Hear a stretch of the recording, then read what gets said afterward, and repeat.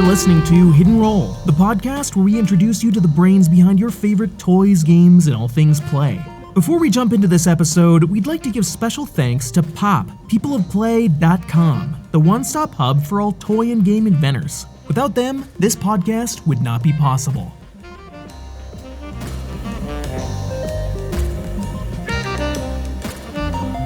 You are listening to Hidden Roll, the podcast that introduces you to the brains behind your favorite toys, games, and all things play.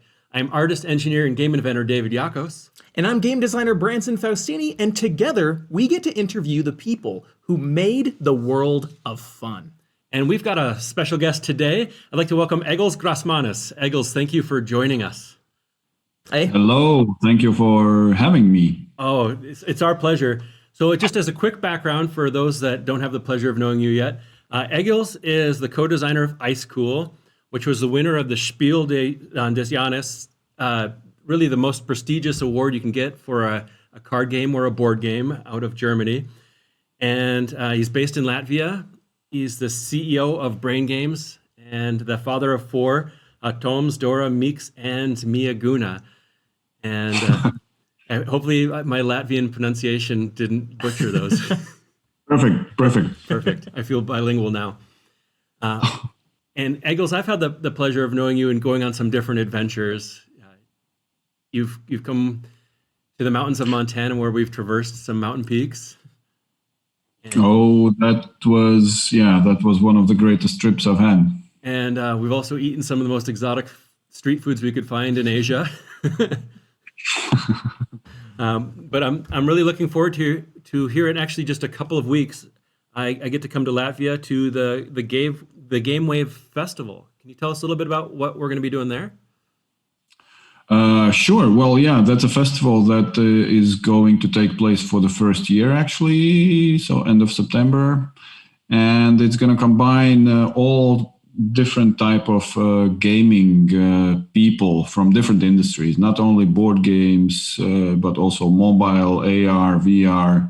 So we'll gather a lot of good kind of speakers from local, from Europe, and from States. It's going to be an interesting event for the game industry.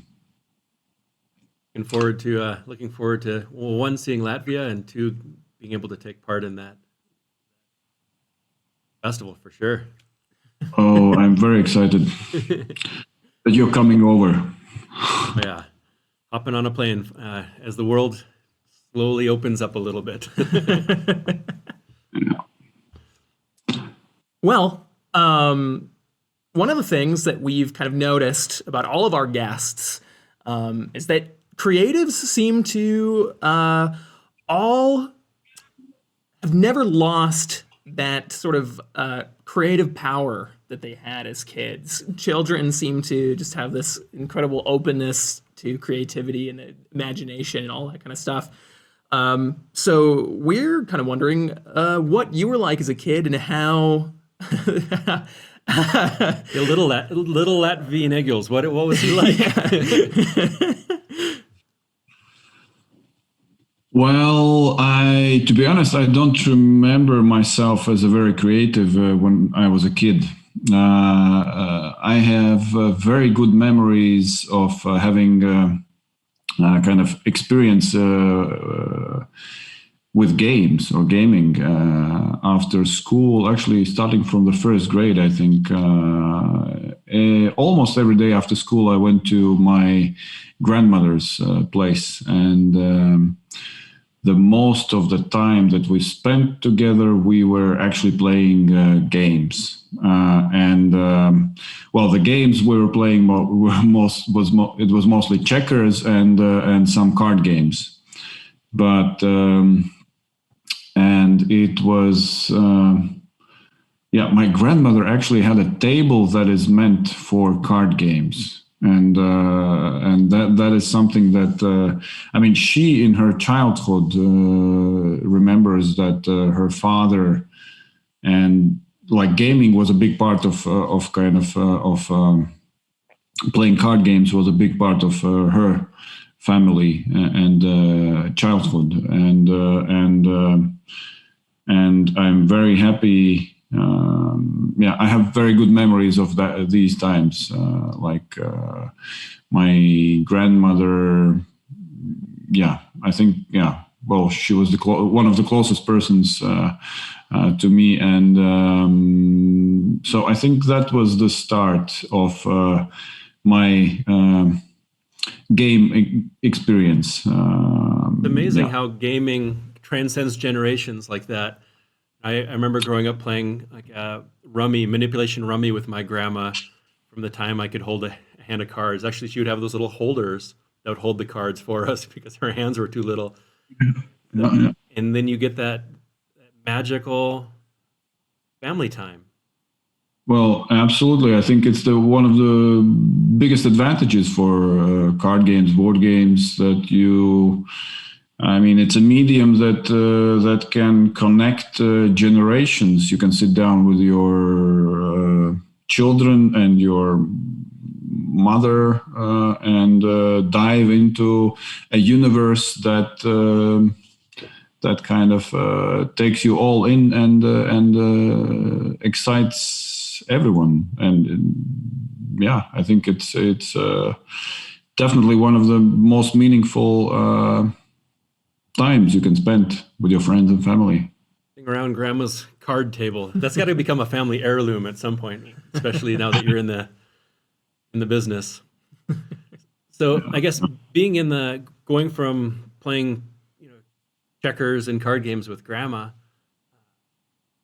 now you're in the toy and game business. Like, how did you enter into that? Was it just one day overnight you're like, I think I'll start making or selling games? Tell us how did that happen? Yeah, well, it was in 2003, I think, when we got our hands on a game, on the English copy of the game Catan. Heard of Catan? That's a well-known. I've heard of that one. Yeah. Well, the thing is, I grew up in Soviet Union, and the only games we had to experience were chess, checkers, Monopoly. Many people actually made their own monopolies as well, but the big kind of gaming culture was something that we didn't have access to.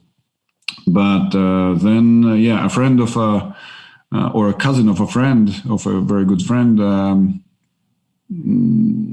got the English copy of Catan, and the first time we played it, it was in an apartment of a friend's apartment, and it was something mind-blowing, and we played for more than 24 hours. I didn't go to work at that time. I skipped. That was something that I wouldn't imagine that a board game can do such an impact. So Catan is definitely the game that changed my life. Yeah, I would say at that time. And then after a while, one of the guys had the idea that we should kind of introduce that game into, to have it available in Latvian. So to introduce it in Latvia. So we went to Nuremberg, the fair, and agreed with Cosmos, the publisher, that we can make the Latvian edition. And that's how we started a company in 2004 called Brain Games. We started a wholesale company with one game, and it was fun. It was fun. I was the first full-time employee. It was three of us who started the company, And of course, I mean, we didn't have any advertising budget or anything, but it was our passion that brought it forward, kind of word of mouth, playing, and it was, exciting. And the next year we went to do the same in Lithuania and Estonia. So that's how Brain Games started, with kind of wholesale of board games, and we were localizing at that time like one game a year, I would say, because we were giving a lot of attention to the quality of localization so that the game is really thoroughly translated and quality. Is that difficult to translate, going from I guess the English copy or German copy? Like, you guys then translated that into how many languages? So we are operating in Baltics, so it's Estonia, Lithuania, and Latvia, and each of the countries speaks its own language. And plus, we have a very large Russian-speaking population. So it was 4 languages that we need to adopt the game. So and that has given us, I think, also a very good experience and understanding of rules, because often with the publishers that we've worked with, we were so kind of determined on a good quality translation that we often found or improved the original rules in a way. Not in case of Catan, but there were cases. I know that our partners were very happy to work with us because we found the bugs in the rules and improved the original rules. And that's how we started. Yeah, and then in 2007 we actually opened the first board game store, because we felt that we want to be closer to consumer, and then started selling all type of games, mostly English titles then. But that's how the business started. And then, of course, the next milestone, we had after the financial crisis in 2008, 2009, we kind of experienced it, and the company was in a pretty critical financial state, and that was the time where we started the company, 3 of us, and in 2009 it was only me that continued, because I didn't want to give up. It was a lot of work invested, and I was the only one who was willing to risk even more, and I'm happy that I did that step. You put it out there. It's paid off. It hasn't yet, but it's on the way. We're on the way. Yeah.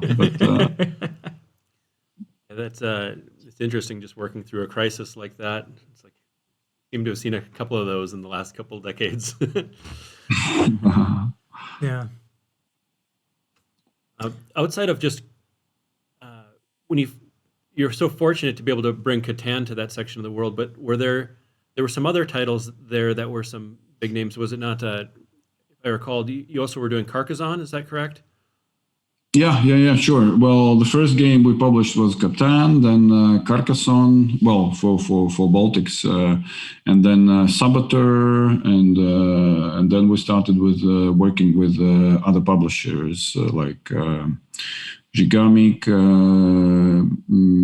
Schmidt from Germany, Amigo, and so on. So we started, we expanded our assortment, and of course our idea was always kind of to become. We wanted to become a greenhouse for game designers, like a local greenhouse, that came true. We started publishing in 2011.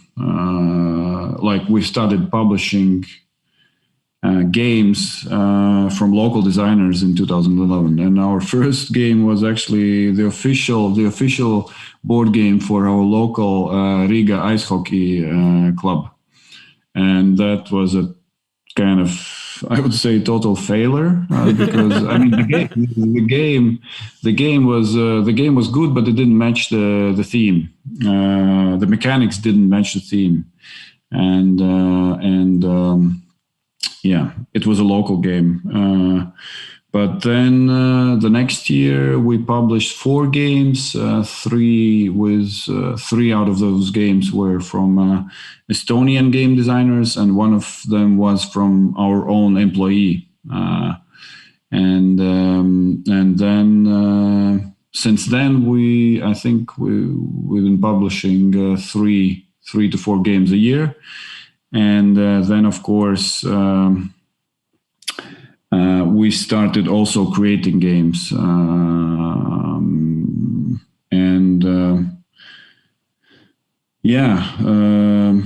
the first game we created within our team was we don't talk about that game much. So apparently it was another one that maybe didn't. Going back a little bit, I like this idea of creating a greenhouse, like this environment for creative play. It's like creative ideation, game development. And what are some of the fun things you saw in creating that culture? Is there any bringing a lot of different people together, or probably people who weren't game designers 10 years ago now are? I mean, I think that we have. We've always been trying to support community. First, the local community, the local clubs, the local kind of circles or universities that do game evenings, and in terms of, and of course that was only the question of time when game designers would more kind of grow out of that culture and community. But and I think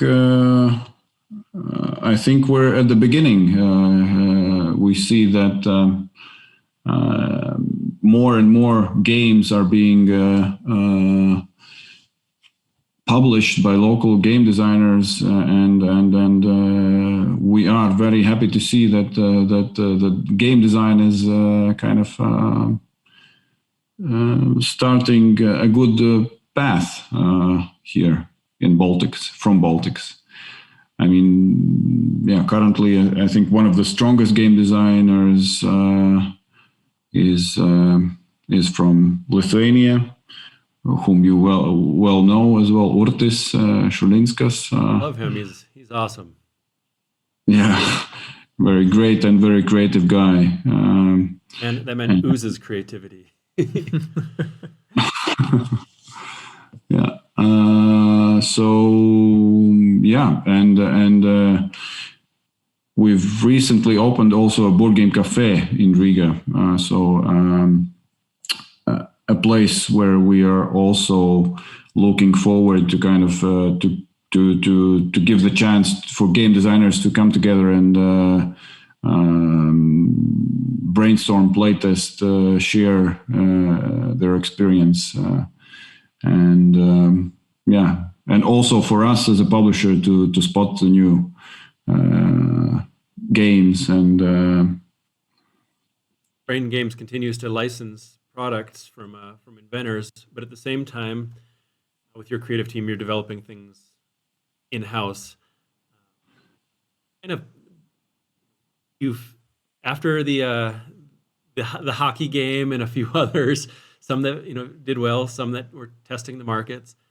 You guys introduced a game that seemed to have another big impact on the world, called ICECOOL. You want to tell us a little bit about the impetus of that? Like, where did that come from? How did that start? Yeah, well, at the time when we started kind of publishing, we had it was 4 of us that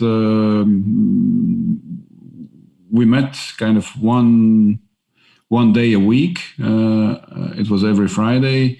We sat together in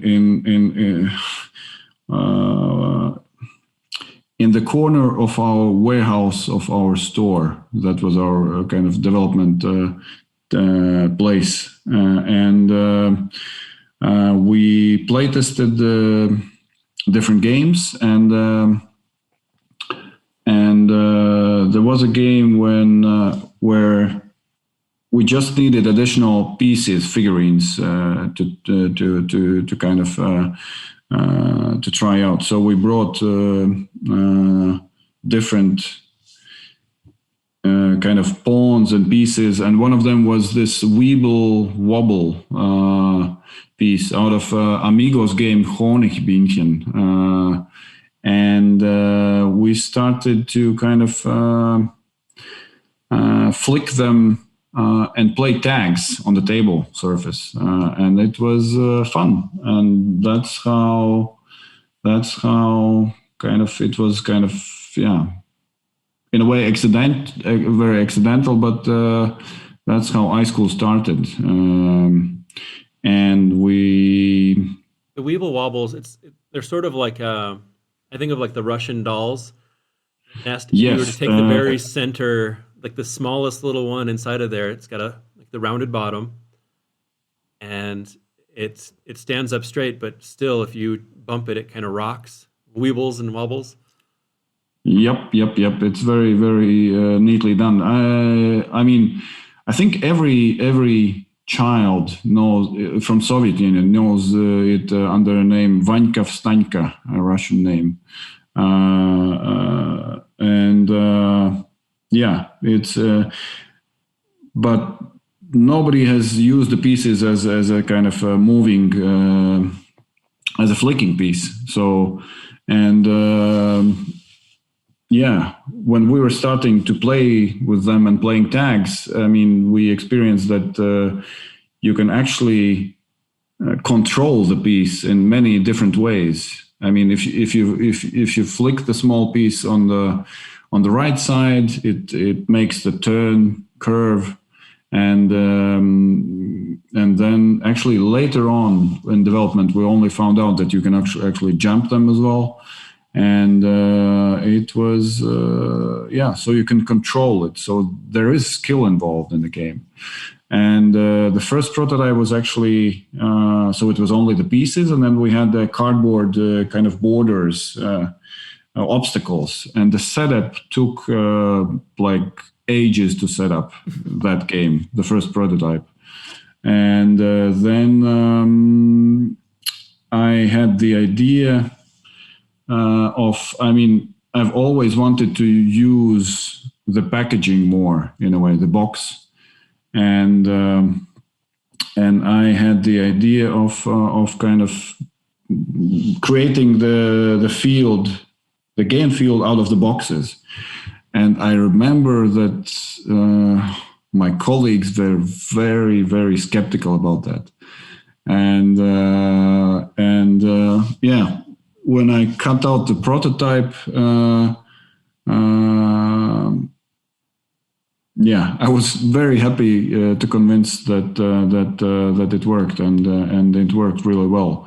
So, and I think that is one of the. So ICECOOL, I think its success is based on the Weeble Wobble pieces and the way you can control them when flicking, and the layout of the field of the board. We called it box in a box. So the whole field kind of is set up out of 5 different boxes that nest in each other. When we first were showing the prototype to our international partners,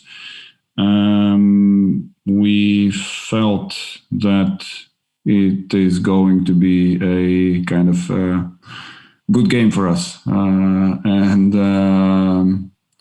The first name of the game actually was Fish Off. And in a way, I'm happy we didn't kind of set with that name. And I think it was in Nuremberg Fair where we really, we were struggling with the name a lot. That's usually the thing that we struggle with. And we had this,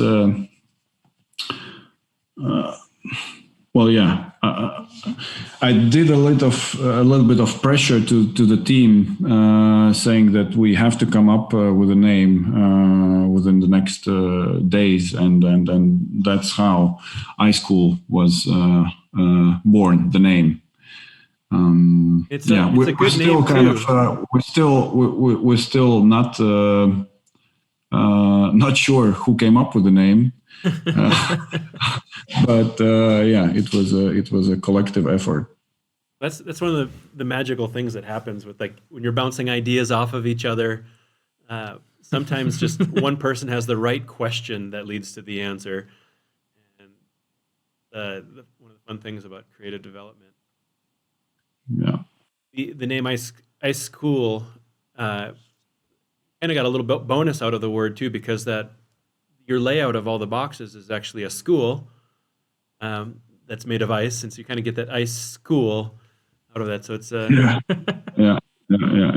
Well, the ice came first because we're like, when you flick the pieces, the ice came first, then came the school idea, and then then the name. It's actually, it should have been the other way around maybe, but I think it kind of, it fits very well together. It does. So how did the launch of ICECOOL go? Yeah, well, the first time when we publicly kind of launched the game was at UK Games Expo in Birmingham in 2016. And we sold out the game in the first day, which was great success for us. And I would say so. Yeah. Sorry? I would say so. Yeah. Anytime you introduce something and you sell out day one, that's a decent launch. Yes, that was a great launch, and we also got the award there, our first award as the UK Games Expo best children's game at UK Games Expo. And so regarding children's game, though, the development of this game, you had started this as something that was just fun to play, but you kind of had branded it with the penguins. Kind of, what was the idea, the thinking there of having the theme and the mechanic mash up? Tell us a little bit about that. Yeah, I mean, as we created the game, we were so it was 4 of us. It's like the designers of ICECOOL. Well, the designer on the box says Brian Gomez, but it's a kind of how do you call it?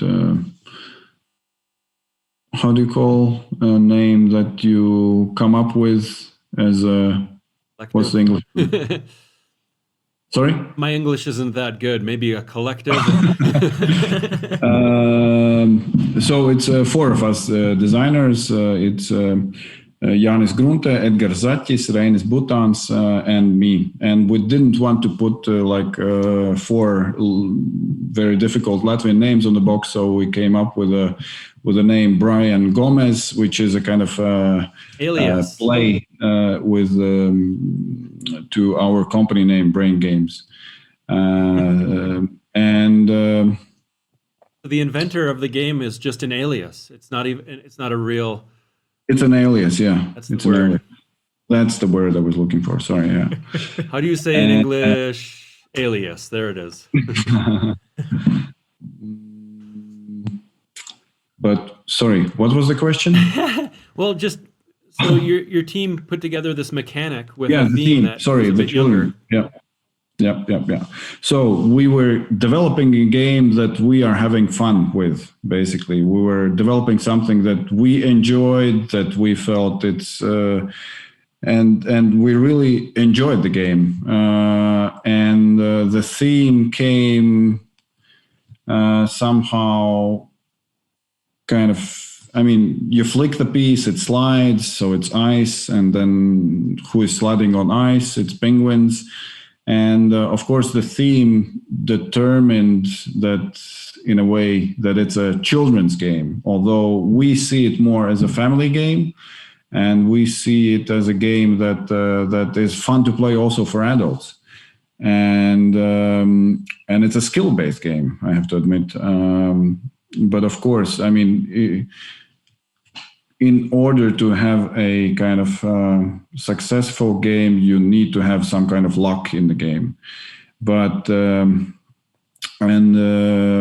so the first award was kind of children's game award, and but the next one actually, the Dice Tower Award awarded to as a best family game, and then in 2017. We were extremely happy to be nominated for Kinderspiel des Jahres, which is the children's award of Spiel des Jahres, the most prestigious award, or the award that makes probably the most impact in the game industry. That's only three titles globally are even nominated for that. It's not like you're, 1 out of 100. It's down to 3. Correct? Yeah, it's a big honor to be nominated, and we were extremely happy. And we went to the kind of award ceremony, and it was the moment of I think it was very exciting and great. I mean, we won the award. I was on the edge of my seat there. What? So you did win. So that had to have a massive impact on. Totally, yeah. I mean, like right after the award ceremony, our German partner gave us an order, which was like, something we couldn't have imagined. I mean, that opened the doors for us as a publishers, and the game has been, we're selling it in more than 40 countries. It's been published in, I think, 17 different languages. It has, and it's still kind of. I mean, people play it. We had I think 18 national championships, and in 2018 there was a world championship in Riga held. And most of the players participating in championships, it's adults. It's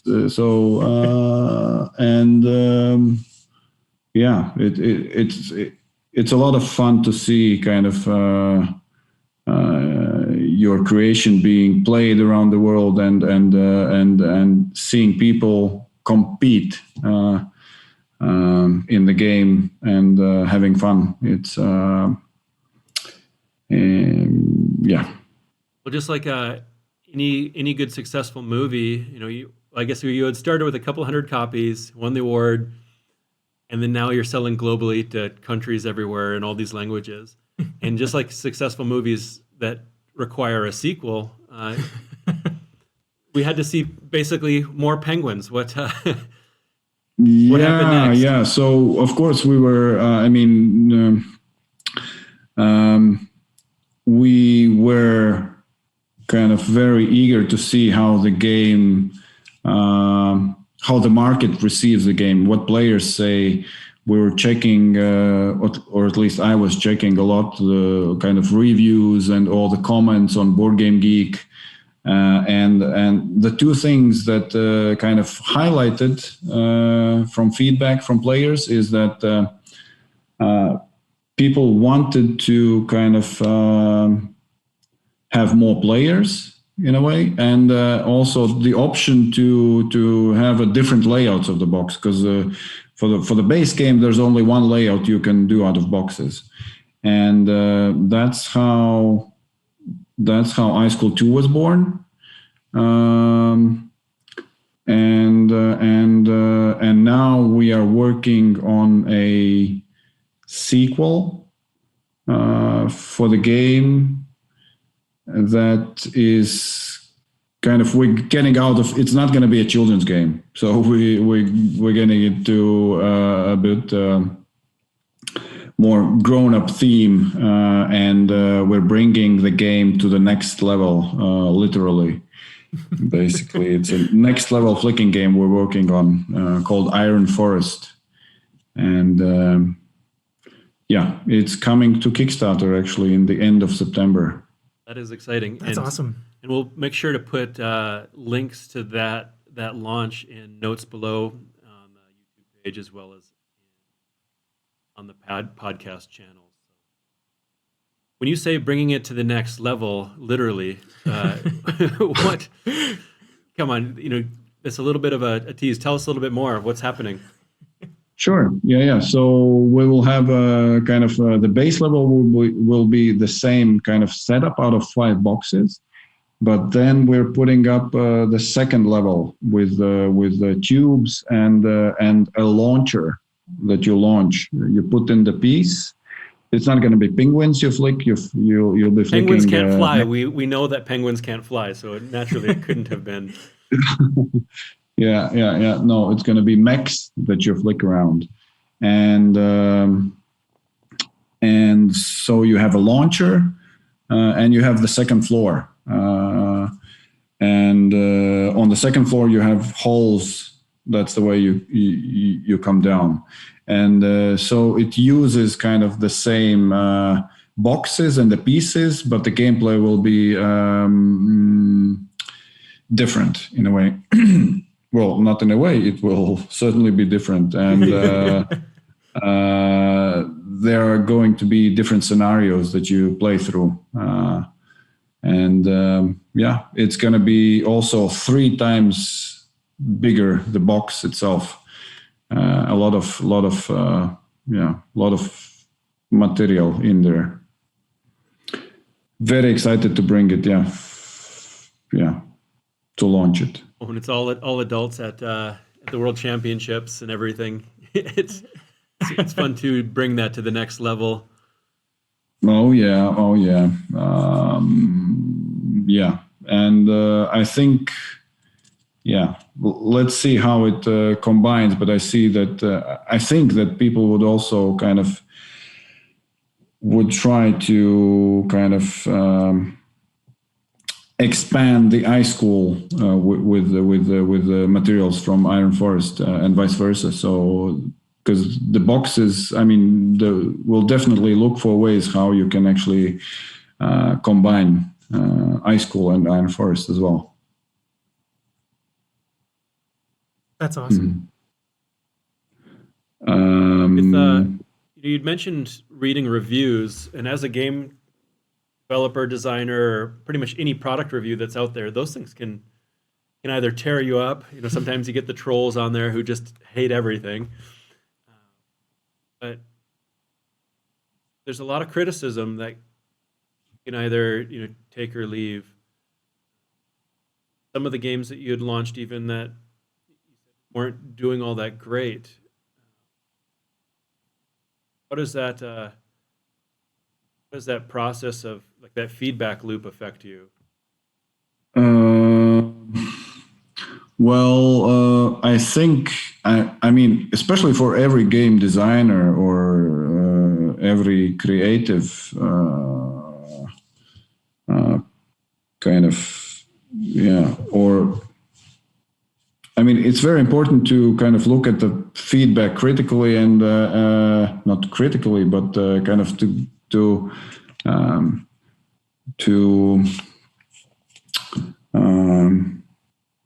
value the critical feedback, to kind of to take it into account, to polish,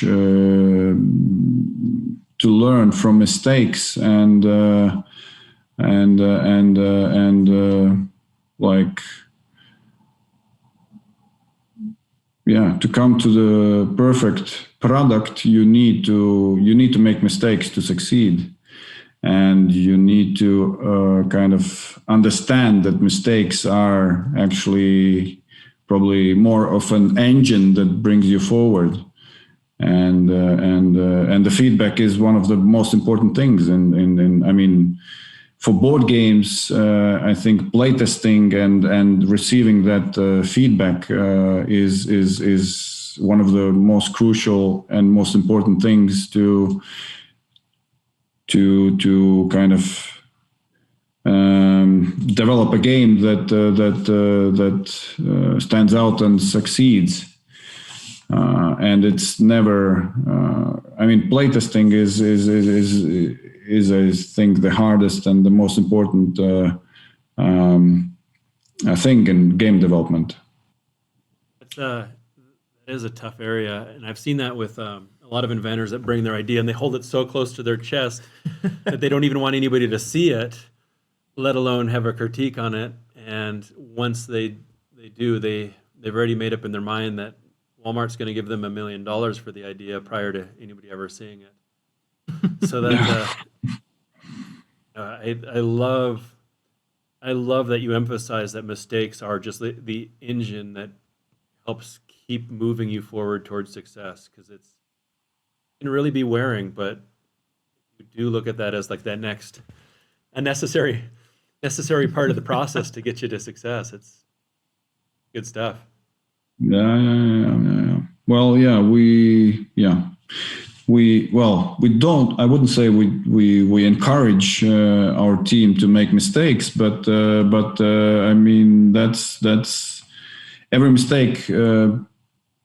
Makes you more experienced and leads to a better result, for sure. So let's talk a little bit about the future of games. I know over the last year, a lot of people have been playing games online, me included. I play Dungeons and Dragons 2 times a week, and before the pandemic, it was always in person.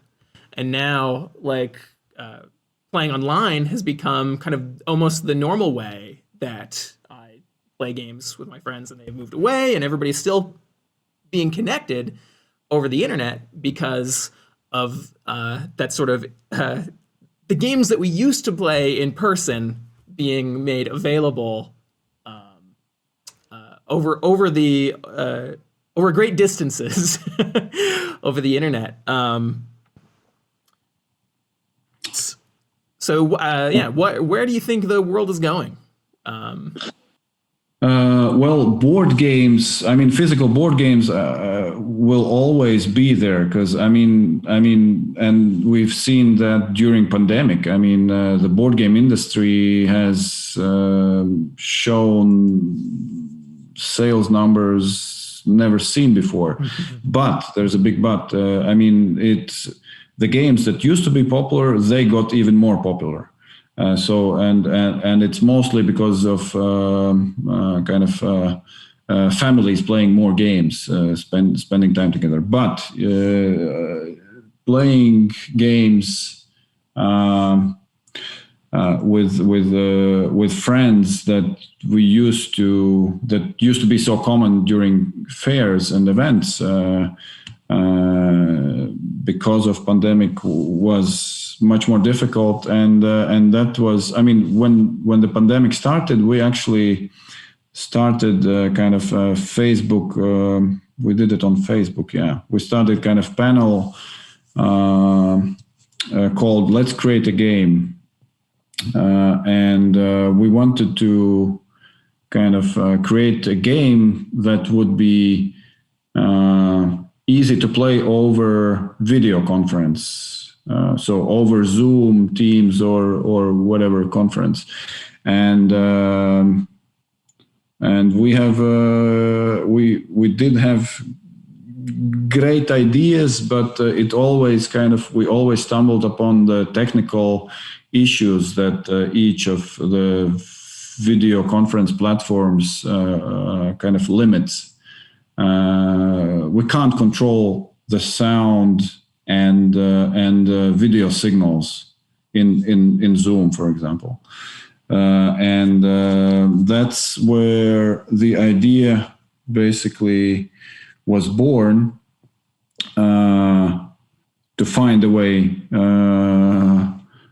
how we can control. And right now we are kind of working on a platform that where you can play games over video conference format. So we want to basically, in simple words, we're creating our own Zoom, but for games.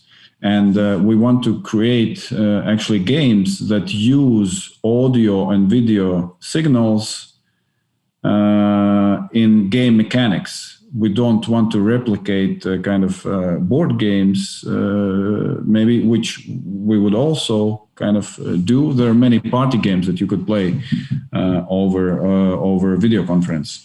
But what we want to do is that we want to create games that are actually better played over video conferencing.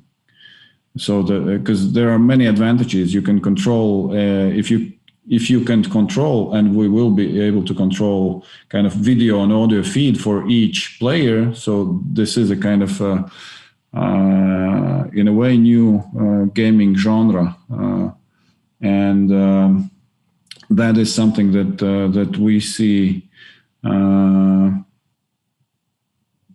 developing, I think, and we already see. I think, I mean, Zoom has game apps, and of course there are many online platforms where you can play existing board games online. So I think there will be more and more kind of this. Merging of different game genres, and I mean, I think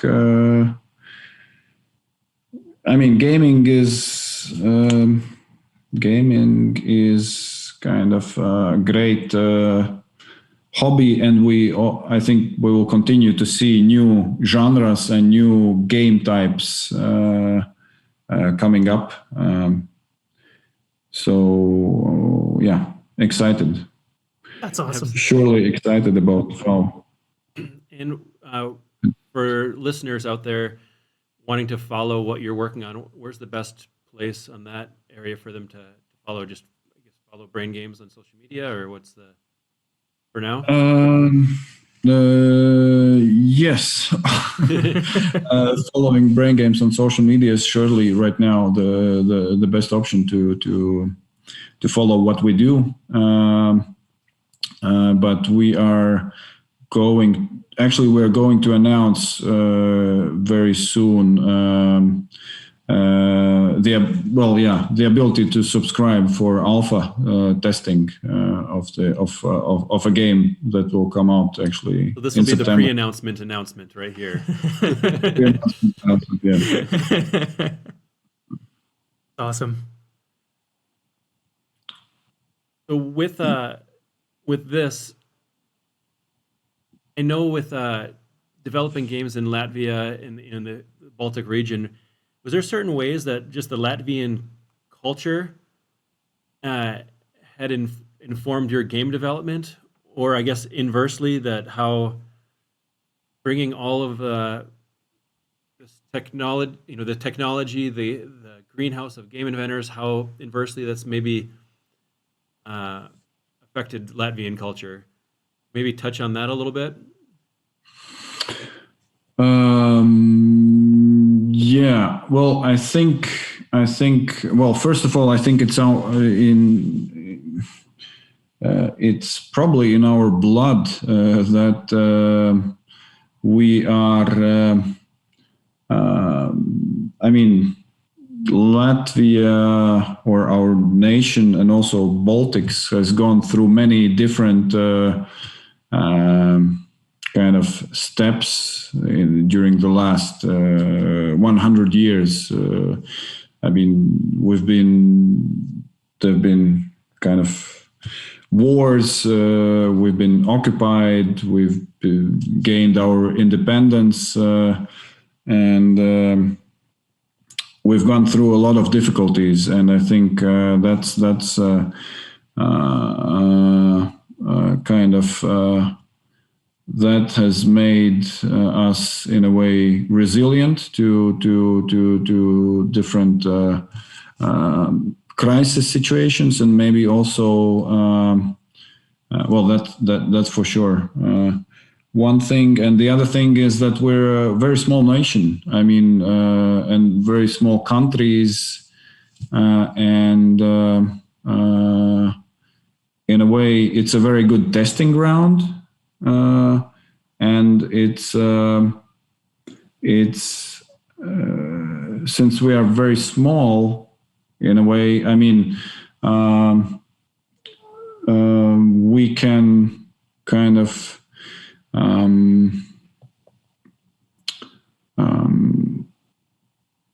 connect to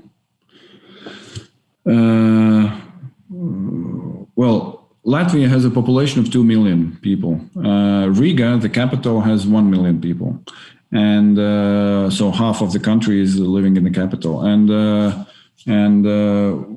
kind of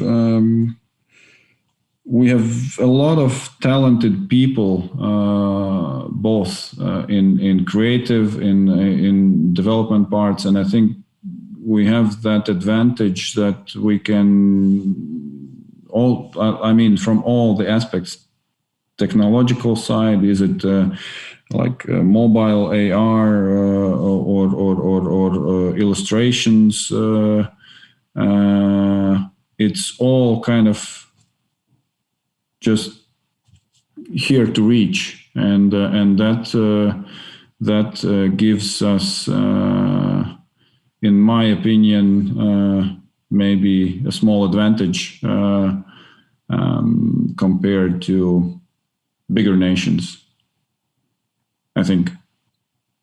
Did it answer? Well, that does. It's really interesting just to have almost like a small town, like everybody, you do something and everybody's going to know about it awfully quick. Yeah. Tighter network. And I do love the fact that there are so many notable designers starting to pop up the Baltics that are winning a lot of the awards, that it's becoming a real hotbed. It's like, for game development. Do you like your goal of trying to create the next Silicon Valley of play out of the Baltics? Well, yeah, and I think there's there are, and not only in board games, it's also in mobile and in games, and Finland is actually a big part of it as well. So this whole region, Scandinavia and Baltics is and Poland. I think we're on the right path in development and creating games. Yeah. So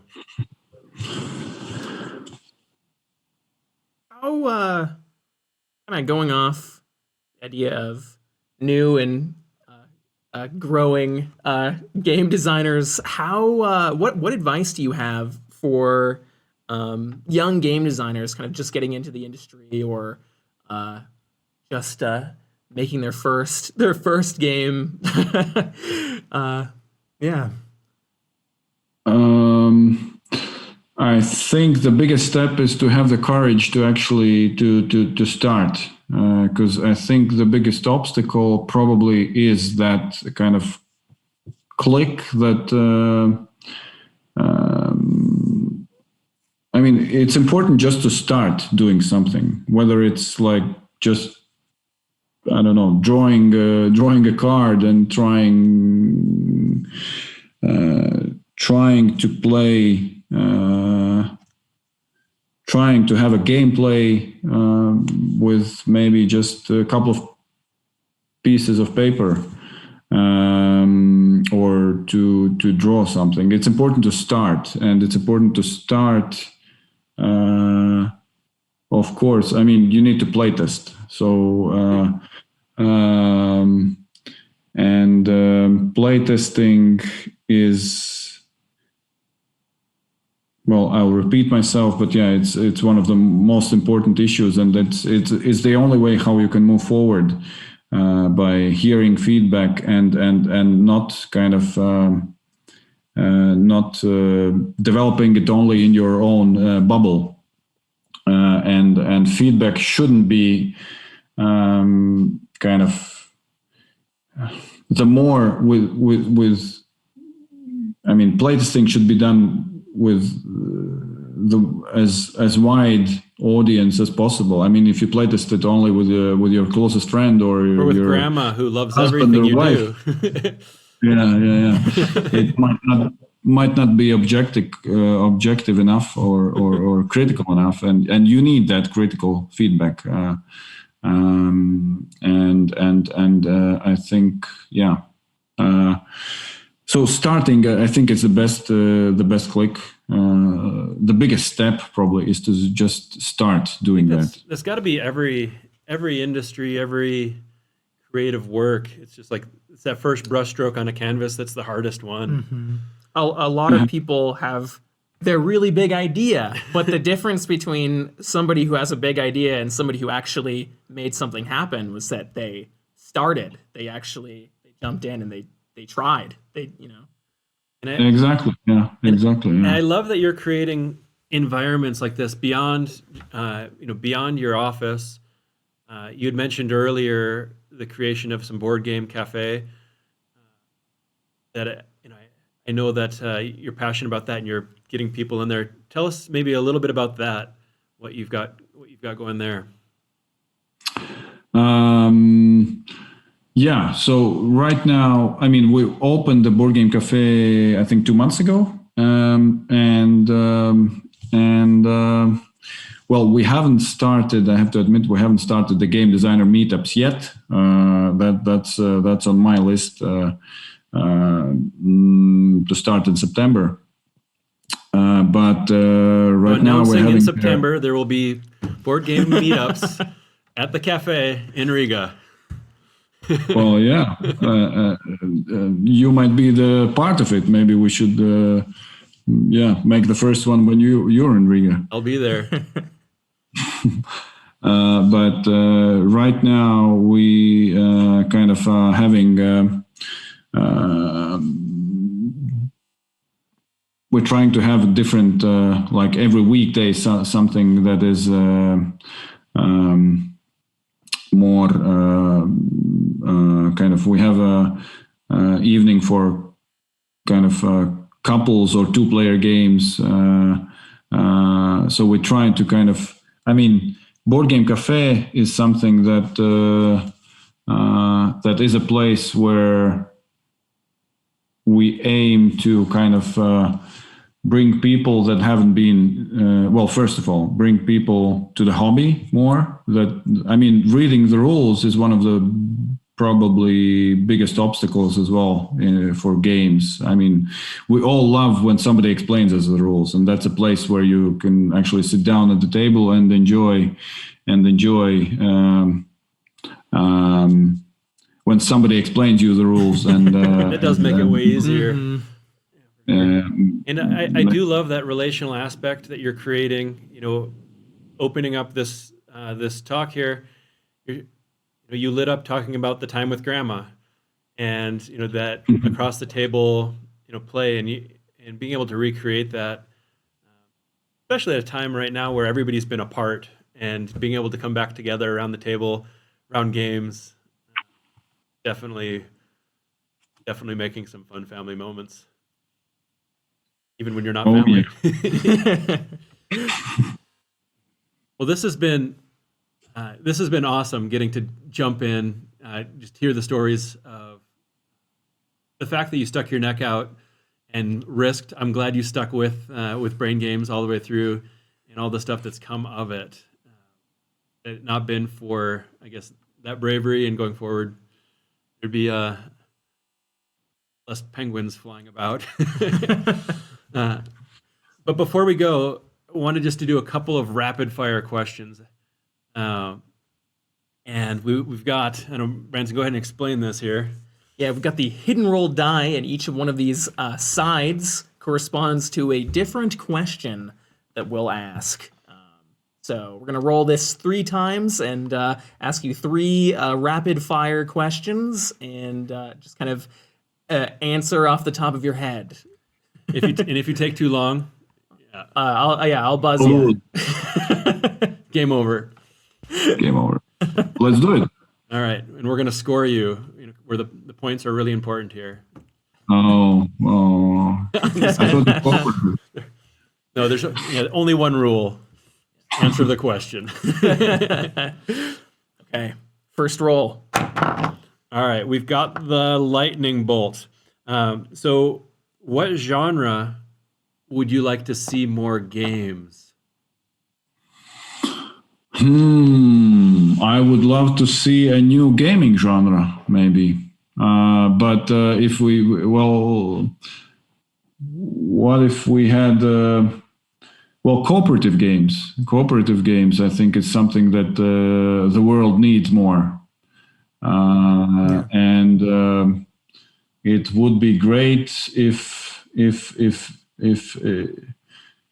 there would be a game, for example, that you not only play with the people you're sitting with, but maybe a game that you play cooperatively with hundreds or maybe thousands of people. What about that? That's a good idea. That's awesome. All right. Well, and maybe cooperative game where you can make a change that has an impact. That would be a good game. All right, I think you just won. You just won hit and roll. All right, let's roll. Let's roll again here. What else? All right, Star. Your top 3 kind of go-to games just at the moment. Not looking for favorites, but when you're getting together with some friends, like what do you pick up and just, all right, let's play? Catan, I think, is a game that I would always definitely play. I mean, that's a game that has changed my life, and it always is definitely a game that I would love to play. But now, I mean, a week ago, I think I played for the second time Azul. No, not with my now 7-year-old kid, and he won me, and quite by a big score. So Azul is definitely something that I need to play more with my son. And was it top 3? Yeah. So third. Yeah. And then I would say Port Royal is a game out of from a German publisher that I think it's coming in a new design now. It's coming out, but it's a great game. All right, one final question before we go here. And it's going to be not the same question in a row. Oh, There we go. Branson is. Sword. We got the sword here after a couple of rerolls. That is the easiest game for a game fight. Like what games do you play that just inevitably, boom, you are now head to head with somebody? Well, I guess it is Catan. Oh yeah. No? Oh, absolutely. Yeah. Oh, yes. It is. It is Catan. And I mean, Catan does bring emotions. And I mean, people complain about the fact that you usually, I mean, you often get to fight with your spouse or Yeah. whatever. Been But there. not trading yet. but I think that's part of the beauty of a game that gives you emotions and kind of it's better to have those emotions maybe in a game environment rather than in kitchen. Teaching life skills at the dining table. Well, thank you so much, Egils, for taking the time. I know it's late there, but this has been a major pleasure. It has been a big pleasure for me. Thank you for having me. Thanks for inviting. Absolutely. And we will go ahead and share in the notes below where people can find you. But if you could go ahead and just give us the website, best website for people to find you now. Well, I would say the Facebook page, Brain Games Publishing, is the one. Is great. We'll also share those links. And again, thank you for being on here, and everybody, listeners and viewers. Thank you for checking in here on Hidden Roll. thanks so much. Until next time, play some Thank you. games.